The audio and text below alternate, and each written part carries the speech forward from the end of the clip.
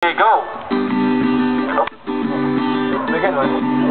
So, first performer po natin is Joel, and he's doing the sayaw ng tutubi or the dragonfly dance.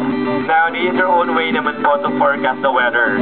So, believe po ng mga aitas na if you see some dragonflies that keep on dancing or doing some acrobats in the air, that means there's a big typhoon upcoming. This is the only way for them to forecast the weather. Naglalala po sila sa movements ng mga animals and insects. So once again, yun po yung dragonfly dance or the tutubi dance. Then followed by Greg. Greg ba? Greg. And he's doing the sayaw ng unggoy or the monkey dancer. Move na lang po ng konti, sir. Huwag po natin harangan yung puno. So meron po akin dyan na monkey. Okay, next performer. Sino ba? Okay, Jessie. Yan po si Jessie.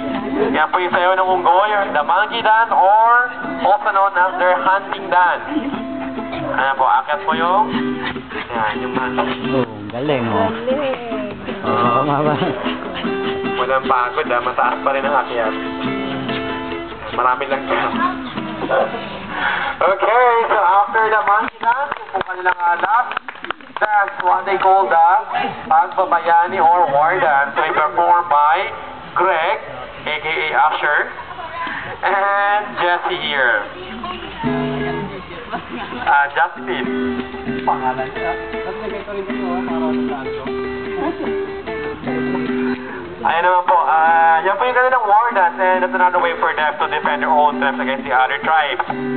So bago po sumugod sa laban, ayan, pinaperform po noon po na ng each tribe po yan. So kung sino po yung mananalo, yun po yung kanilang best performer, and siyempre best fighter po nila yan. And also, another way din po yan to ask guidance from their God, and they call it as Apo.